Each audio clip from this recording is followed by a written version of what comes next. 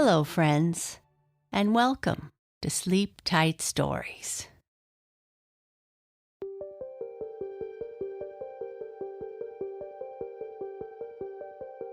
This is part 5 of The Transfer Student.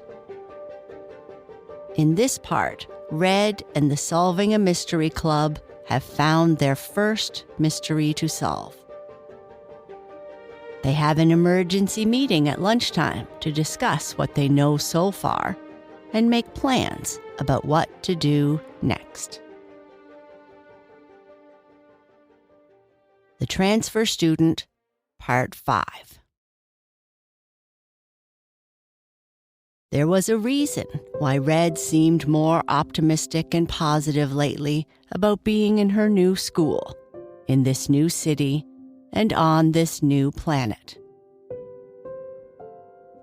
While the memory of the conversations she had with her friends before she left, who advised her to make the most of the opportunity, had an effect, there was something else that was making her feel this way. Those conversations seemed like an eternity ago. She missed hanging out on the rings with her friends. Ever since the agents from the AID visited her house to warn her about mentioning that she was from Mars, she became very curious about their mission and what exactly they were up to on Earth and Mars. They may say that they exist to help those of us moving to Earth, but the secrecy and their mannerisms would lead most people to believe that there was more to their mission than they would want you to believe. Wearing black sunglasses inside during the day didn't help either. Meeting them made Red's spidey sense tingle. It made her suspicious, and she was determined to learn more about them.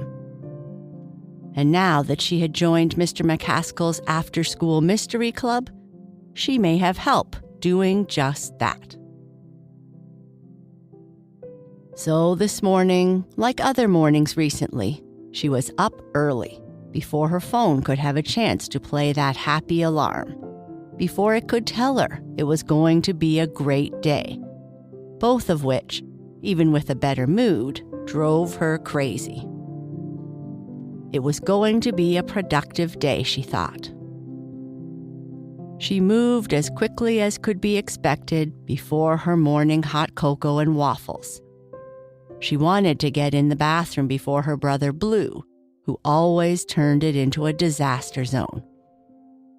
Did he actually swim in the sink, or did he put water everywhere just to make her wet? She thought. Red knew the answer to that question. Red got her clothes, ignored the glowing sun, green grass, and bright blue sky that was outside her bedroom window. Green and blue were Red's least favorite colors, and then she ran to the bathroom. She was too late. Blue had already been there. Water was everywhere, and on the bathroom mirror, he had drawn a picture of a person with horns and big eyes in toothpaste. Underneath the picture was written, "This is Stinky Red." Ugh. Sitting at the kitchen table for breakfast, she asked her mother, "Can we return Blue for a refund? I think he is defective." "Red, don't say such a thing. Blue is your brother and you love each other," her mother said with a scolding tone. "Love? Yuck," Blue said as he slowly spit out his food on his plate. Ugh. Red ran out of the house before some of Blue's food would land on her clothes, or in her hair, or on her school bag, or, like one time, on the inside of her favorite sneakers. Why were little brothers this annoying? She got to the bus stop just in time. And as usual, since her house was the last house on the bus route, The only available seat on the bus was again at the very back. Taking the bumpy seat just as the bus pulled away, she hit her head on the ceiling as the bus hit that same speed bump. Ugh.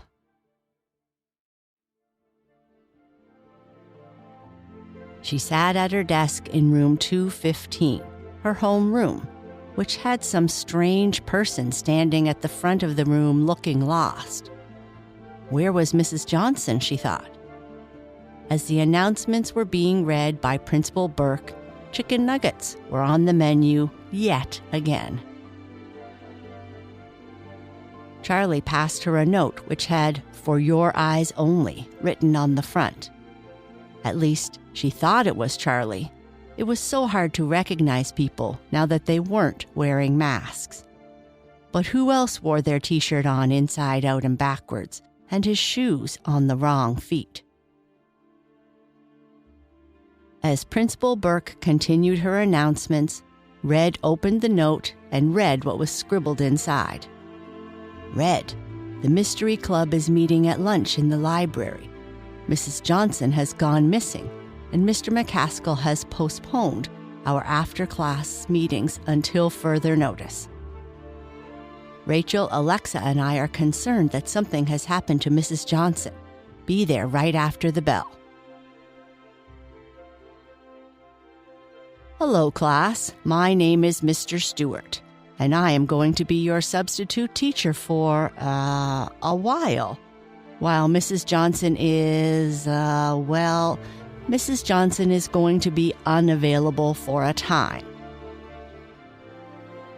Red looked at Charlie with a surprised look on her face and mouthed, "See you at the library." The morning went quickly, as Red couldn't stop wondering what could possibly be so important about a teacher missing for a day. Surprising, yes, but surely not that strange. Mr. Stewart's lack of knowledge as to why she wasn't teaching or when she was coming back wasn't really typical, but shouldn't be cause for concern, should it? Lunch came, and Red was thankful for an excuse to miss yet another feast of chicken nuggets. She couldn't understand why they didn't just serve waffles for lunch every single day. Arriving at the library, she saw that Alexa, Charlie, and Rachel were already there, huddled close and talking quietly.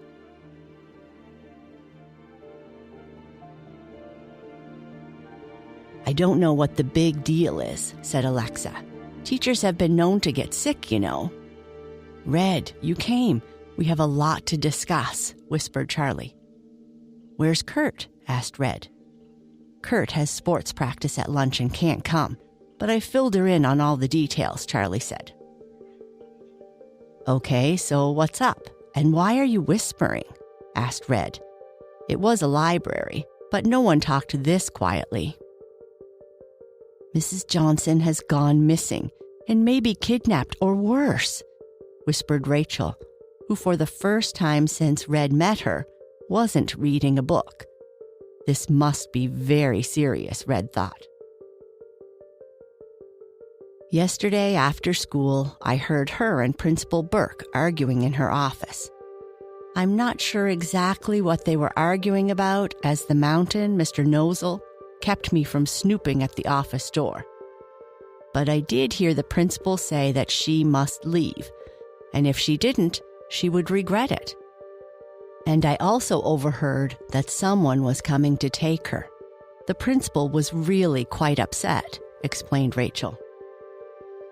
"Okay, so maybe she was working too late, and the principal wanted her to have a better work-life balance," replied Red. "See, I told you she would think it wasn't a big deal," Alexa said loudly before being shushed by Charlie. "But afterwards, I saw Mrs. Johnson leaving the school with tears in her eyes and getting put into a black van by somebody wearing a black suit and sunglasses," continued Rachel. Did you say that she was taken by someone in a black van wearing all black, including black sunglasses? Asked Red with a sound of alarm in her voice. It looked that way. Red's mind was racing. While her thinking was at the beginning much the same as Alexa's, the appearance of someone wearing black and driving a black van changed her mind. Could the AID have something to do with this? Could the fact that she admitted in class that she was from Mars be enough of a big deal that they would be taking her close contacts away for questioning? She was determined to find out. This still doesn't mean anything, Alexa said. You guys have been watching too many scary TV shows. She probably just has a cold, and the substitute arrived too late this morning to even know why he was teaching that day. He showed up in gym pants and a t-shirt, drinking hot coffee. He likely just got out of bed. Maybe so, but Mrs. Johnson is also part of my mother's ballroom dancing group, and she never misses a practice without first finding a replacement. My mother called her a couple of times to see if she was all right, and the first time, there was no answer. The second time, there was a message that said the number was no longer available, explained Charlie. Okay, so I admit it seems a little strange, but what can we do about it? Asked Alexa. Well, that's why we are having this meeting. This sounds like a perfect case for the Mystery Club. I suggest we meet after school and find out for ourselves what might have happened to Mrs. Johnson, whispered Charlie, trying to keep their plans a secret from prying ears. But we must keep this a secret. I'm afraid if the principal finds out, she might get angry at us too, said Rachel. Are you up for trying to solve this case, Red? Alexa? Asked Charlie. Yes, I guess so, but I can't be late for dinner. It's pizza night, and if I am late, my father will call out the National Guard to do a search for me, replied Alexa. Yes, I am up for it, but I will have to ping my mom, as I usually come home on the bus, replied Red, worrying if her change in behavior might alert the AID. Okay, yes, that's fine. We need to inform our parents, but we can't tell them that we suspect Mrs. Johnson has been kidnapped until we have definite proof, said Charlie, who was surprising Red with his more authoritative tone. Agreed? Agreed, they all replied. Just then the bell rang, signaling the end of lunch and a return to class. Okay, let's meet right after the last bell at the far end of the sports field underneath the oak tree, said Rachel. See you then, replied Red.